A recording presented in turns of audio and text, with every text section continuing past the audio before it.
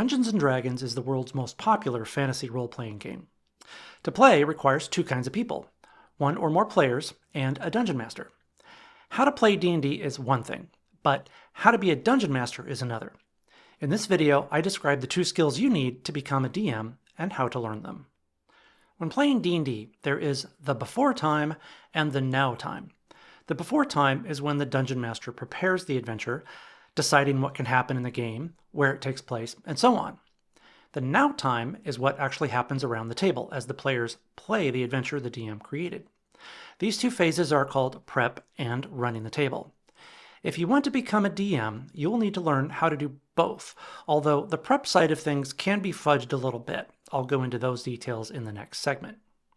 At this point, you probably have a lot of questions about what it takes to be a dungeon master. In my previous video, I answered 20 common questions I've been asked by aspiring DMs. Be sure to check it out. My channel is devoted to the game of D&D, with a lot of content tailored specifically to dungeon masters. If you like this kind of content and find it useful, I encourage you to click the like button and consider subscribing so you stay up to date on my content. Also, be sure to leave a comment and share your experience as a dungeon master, whether you're an old grognard like me or totally new to the game. That sense of community is how we advance our enjoyment of the game. Let's start with the before time, otherwise known as prep. This is when you, as the DM, decide three things: where the adventure will take place, what places, beings, and objects exist there, and how they are all connected. You can go about these three tasks in a few different ways, many of which can be mixed and matched based on your available time, the needs of the adventure, the expectations of your players, and even your mood. There is a wide range of prep styles and methods to choose from. You can purchase ready-made adventures that have all the locations and places and monsters and objects predefined. They are truly self-contained, and all you need to do is read them first to become familiar with what's included. You don't have to memorize it, but you at least should have a good understanding of the high-level plot and locations it describes. At the far other end of the prep spectrum is the true homebrew approach. This is where you design an entire world with geography, nation-states, factions, even weather. Like zooming in from a spy satellite, you get more detailed and design cities and wilderness areas and everything in between. Zooming in even further, you create the dungeons and castles and temples and ruins located within your world, as well as their inhabitants. Finally, you get down to such a level of detail that you're designing individual rooms within those locations and the creatures that occupy them, even the weapons and treasure they carry. You may be asking yourself, "Self, how do I learn how to prep my adventures?" Fortunately, the various editions of Dungeon Master guides and other rulebooks published by Wizards of the Coast and several outstanding third-party publishers provide various levels of information to help you create your own adventures. Most of these do a pretty good job of walking you through adventure prep from basic concept to filling in the final details. In another video, I review 4 of the more common Dungeon Master guides printed over the years and describe their pros and cons for adventure creation. Be sure to check it out.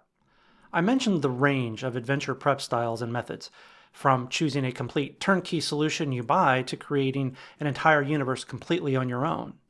Most DMs fall somewhere in between. For example, the D&D group I run has all their adventures taking place within the Forgotten Realms setting published by Wizards of the Coast. This saves a bunch of time by providing all the high-level locations from the continent level down to the individual cities and even several small towns. It's then up to me to create the specific adventure locations like dungeons, castles, temples, and ruins within that broader setting. For a beginning DM, I highly recommend getting 1 or 2 beginning adventures, such as what's included in WotC's starter set. These often provide a lot of information tailored not just to beginning players, but to beginning dungeon masters as well. Before gameplay begins, as a new dungeon master, you will probably be feeling a bit of anxiety. Probably the number one fear beginning DMs have is, am I adequately prepared? Even experienced DMs can ask themselves this question before game night. So if you have that kind of anxiety, take it from a guy who's been a dungeon master since 1980 when I say that's completely normal. You're probably more prepared than you need to be. And when I talk about the now time, actual gameplay, I'll give you some tips for how to flex and handle situations as they come up, even if you didn't prepare for them specifically, which is impossible to do anyway. Okay. Whether you've got a self-contained adventure that you bought or borrowed, or you've rolled your own universe from scratch, it's now time for game night. Here's what you need to know. First, you're going to be nervous. I'm not going to tell you don't be nervous because that's like telling the ocean don't be wet. What I will say is feeling nervous is normal. I'll also say that the game will nearly always go better than you expect, especially if your players are new to the game too. And even if they aren't, most players are super sympathetic and understanding of new DMs and will be both encouraging and appreciative of your efforts. You've got your maps, your list of encounters, monster and NPC stats, and perhaps even an opening description written down or nearly memorized in your head. It's time to start playing D&D. There are a few things you'll need. First, get a DM screen. This separates what you're doing from the players. It keeps them from seeing your notes and monster stats and other tidbits that should remain solely for your eyes only, at least until you decide to reveal them. You'll need dice, of course, and some scratch paper. I keep a notepad to track monster hit points, treasure, and other items acquired, and basic notes so I can make more detailed session notes later on. Around the table before you are the players, smiling and eager to get started. You've prepped to whatever degree you felt was needed and are ready to go. Here's how the game goes in the simplest terms. First, you tell the players what their characters see, hear, smell, etc. You are their senses. Second, they tell you what they do, or attempt as is often the case. And number 3, then you tell them what happens based on their choices. That's it. Rinse and repeat. Everything that goes on in D&D is one variation or another of those 3 steps. Before I go further, let me point out a few maxims to keep in mind. You are the creator of the adventure, the settings, and all the things and beings the players can encounter and interact with. During the game itself, you are the referee. It is up to you to be impartial and fair. You will need to make judgment calls throughout the game. You are not the player's enemy or opponent, even if you role-play the monsters they fight against. It's not you versus them. Remember that fun is the ultimate goal, not winning or losing. This is where the rule of cool comes in, which is essentially, if sticking to the rules is less fun than breaking the rules, go ahead and break the rules. There are as many ways to run the game as a DM as there are DMs. This means that the rules for what constitutes a good DM at the game table are almost entirely subjective. There are a few you should strive to adhere to, however. I've already covered one, and that's to be fair and just. It's not them versus you. Second, honor player agency. This means let the players make their own decisions as much as you can. Their choices may have bad consequences, both to their characters in-game and even to the dynamic between the human beings sitting around the table, but do what you can to let them make those choices and then experience the rewards or suffer the consequences as they happen. Third, don't be afraid to admit when you're incorrect or when you've made a decision you regret. Notice I didn't phrase it as when you've done something wrong. That's because a lot of what happens around the D&D table and what constitutes right or wrong is subjective. In fact, you'll learn that nearly everything about D&D and what makes it fun is subjective. One of the best ways to learn how to be a DM during gameplay is to be a player first, preferably with a DM who's got some experience. Pay attention to the kind of things they say, what they reveal, what they keep hidden, and how they pace the experience. It's not always possible to sit at a table with a real DM, so you can turn to gameplay videos on YouTube. Keep in mind, however, that this may skew your expectation of how a DM should act and plan and run the game. I've said it before, and it bears repeating that a great deal of D&D is subjective. What is fun to you may not be fun to the next person. What constitutes a great DM at one table might be boring or frustrating to others.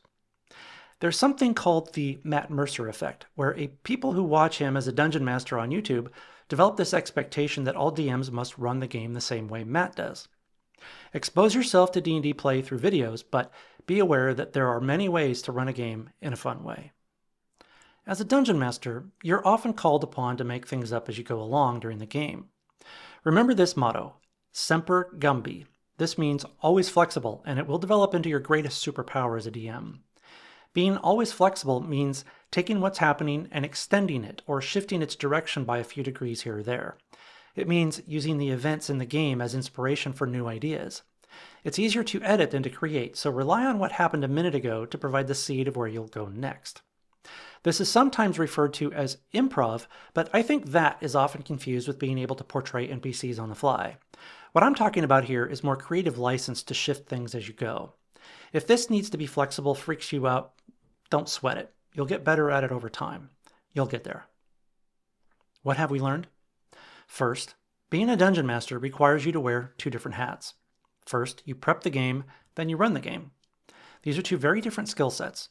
Preparing the game has more resources available to walk you through the process, most commonly found in the various Dungeon Master guides published through the years.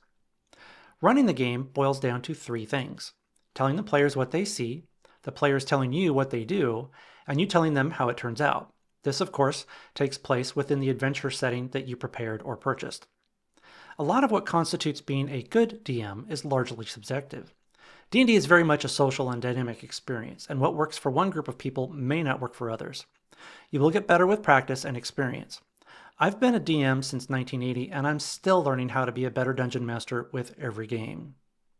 Finally, feeling nervous or anxious about how you'll do at your first D&D game is natural. Even experienced DMs can feel a bit of apprehension before a game, asking, did I prep enough? Or do I have certain details figured out well enough? That's natural, and over time you'll learn to prepare to the degree that is both enjoyable for you and adequate for the needs of the table once gameplay actually begins. Being a dungeon master is a big undertaking.